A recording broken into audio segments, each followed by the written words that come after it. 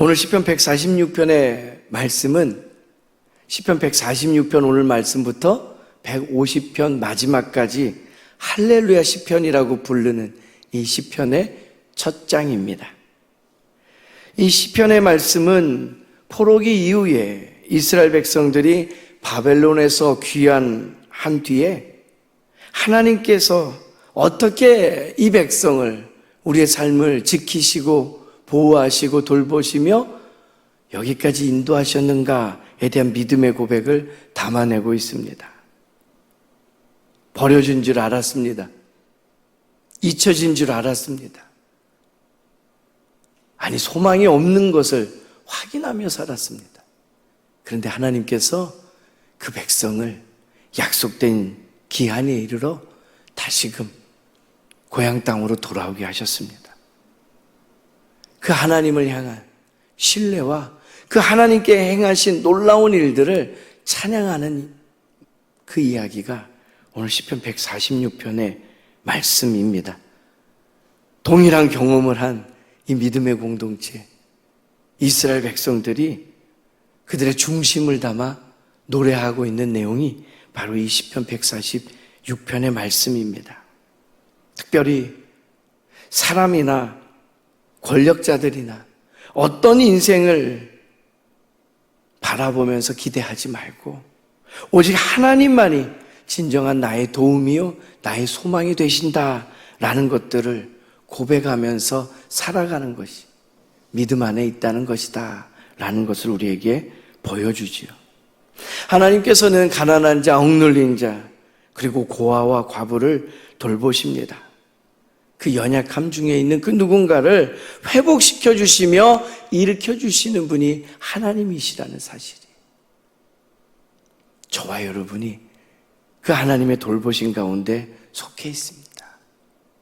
하나님의 눈이 우리를 바라보시고 하나님의 품이 우리를 품고 계십니다.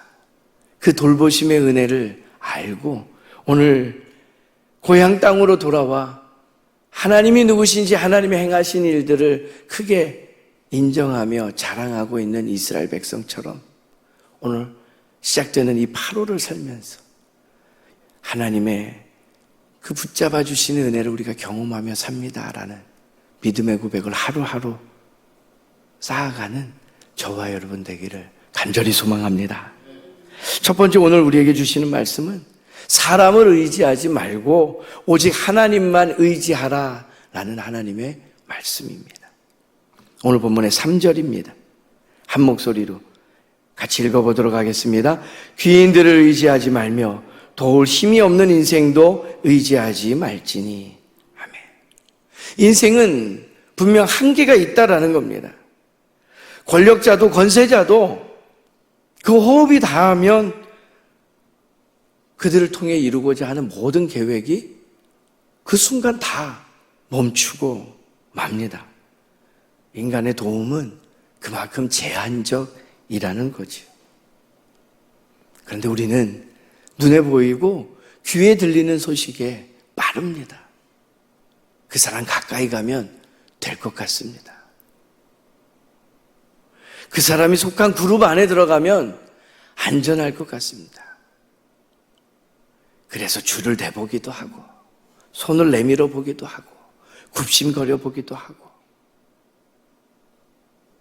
그런데 오늘 말씀은 그렇게 포로된 자리에서 삶의 모든 이야기들을 이끌며 되게끔 해보겠다라고 발버둥 쳤지만 결국 하나님께서 허락하신 때가 되어야만 그 모든 일이 진행되더라라는 거지. 너무 고통스럽지만 때로 하나님께서 견디게 하실 때가 있다라는 거예요. 그냥 온통 그 모든 일을 감당하라고 하나님께서 세워놓으실 때가 있다라는 거예요. 그건 어떤 우리가 수단과 방법을 동원해도 되지 않을 때가 있어요. 하나님이 누구신지를 기억하는 일이 그때는 중요합니다. 하나님만이 나의 소망이 되시고 하나님만이 나의 도울 힘이 되십니다라는 것. 하나님은 전적으로 하나님을 의지하며 나아가는 그 걸음을 위해 때로는 우리를 훈련시키시고 연단시키시며 그 걸음을 걸어내게 하시더라라는 거예요. 시선을 빼앗기면 안 됩니다. 귀를 기울일 줄 알아야 됩니다. 귀인이었든지 도울 힘이 될 만하다 여기는 인물이든지 다 제한적입니다. 한계가 있습니다. 하나님께서 연결시켜 주실 때 가능한 일이라는 거예요. 예레미야서 17장 5절의 말씀입니다. 여호와께서 이와 같이 말씀하시니라. 무릇 사람을 믿으며 육신으로 그의 힘을 삼고 마음이 여호와에게서 떠난 그 사람은 저주를 받을 것이라.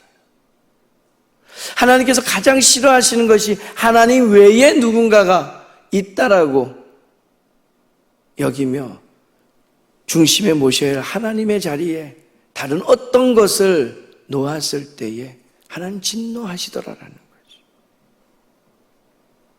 믿음이 무엇입니까? 의지한다는 것이 무엇입니까? 고린도전서 2장 5절의 말씀입니다. 너희 믿음이 사람의 지혜에 있지 아니하고 다만 하나님의 능력에 있게 하려 하였노라. 하나님께서 어떤 일을, 어떤 형편을 우리에게 허락하실 때에는 우리의 믿음의 연단을 위해서, 믿음의 성장을 위해서 전적으로 하나님만 의지하는 인생 되라고 허락하시는 일들이라는 거예요. 그런데 그 믿음으로 보아야 되는 일에 우리는 꾀를 구합니다. 이렇게 보면 될까? 저렇게 보면 될까? 그 사람의 지혜에 달린 일이 아니라는 거죠. 하나님께서는 누구를 신뢰하며 살아가는가, 그 마음의 중심에 무엇이 담겨져 있는가, 그것 보신다라는 이야기예요. 요한복음 15장 5절 말씀에 보면 예수님께서 이 비법과 같은 신비로운 일들, 그 믿음 안에서 되어지는 일들을 우리에게 이렇게 들려주십니다. 나는 포도나무요, 너희는 가지라. 그가 내 안에, 내가 그 안에 거하면 사람이 열매를 많이 맺나니 나를 떠나서는 너희가 아무것도 할 수 없습니다. 그러니까 예수님께서 우리에게 기대하시는 것은 그 예수님과의 우리의 친밀한 관계에 대한 이야기예요.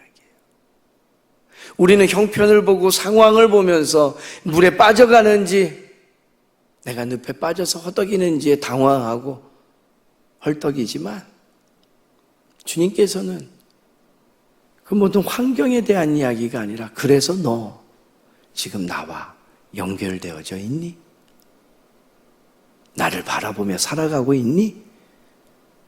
이거를 물으시더라라는 거죠. 우리의 자리가 하나님으로부터 멀어졌는가? 주님께서 기뻐하시는 일을 감당하며 인내하며 살아가는가? 주님은 거기에 관심이 있으셔요. 왜냐하면 우리가 주님을 떠나서는 아무것도 할 수 없는 인생임을 아시기에. 우리가 두렵고 떨린 가운데 이게 되려나? 라는 그러한 이야기도 우리 주님께만 붙잡힌 바 되고 붙어 있다면 전능하신 하나님께서 그래 내가 할게. 친히 두 팔 걷고 나서신다라는 거죠. 하나님이 아닌 다른 어떤 존재도 우리를 끝까지 지켜줄 수 없습니다. 오직 하나님께만 소망을 두고 전적으로 의지하며 살아가는 오늘 하루 시작된 이 8월 되기를 간절히 소망합니다. 두 번째, 하나님은요 가난한 자와 연약한 자를 돌보시는 분이십니다. 오늘 본문의 9절 말씀입니다. 한 목소리로 읽겠습니다. 여호와께서 나그네들을 보호하시며 고아와 과부를 붙드시고 악인들의 길은 굽게 하시는도다. 아멘. 하나님은 연약한 자의 편에서 일하시는 분이십니다. 우리가 하나님을 닮기를 원하잖아요. 우리의 주어진 형편 속에서 어떻게 하나님을 닮아갈 것인가? 하나님의 마음을 시원케 할 것인가? 우리의 간절한 소망일진데 야고보서 1장 27절의 말씀은 우리에게 이렇게 권면합니다. 하나님 아버지 앞에서 정결하고 더러움이 없는 경건은 곧 고아와 과부를 그 환난 중에 돌보고 또 자기를 지켜 세속에 물들지 아니하는 그것이니라. 두 가지입니다. 우리 하나님이 어떠한지를 9절 말씀에서 봤습니다. 그 하나님이 원하시는 대로 우리도 연약한 자들을 돌보는 일들을 힘쓰고, 그리고 두 번째, 나는 지금 그래서 어떻게 살아가고 있는가, 어디에 속해 있는가. 세상에 물들고 세상에 기대어 세상에서 말하는 것들을 추구하며 쫓아가고 있지는 않는가 돌이켜보는 거예요. 그리고 하나님 편에 서는 거.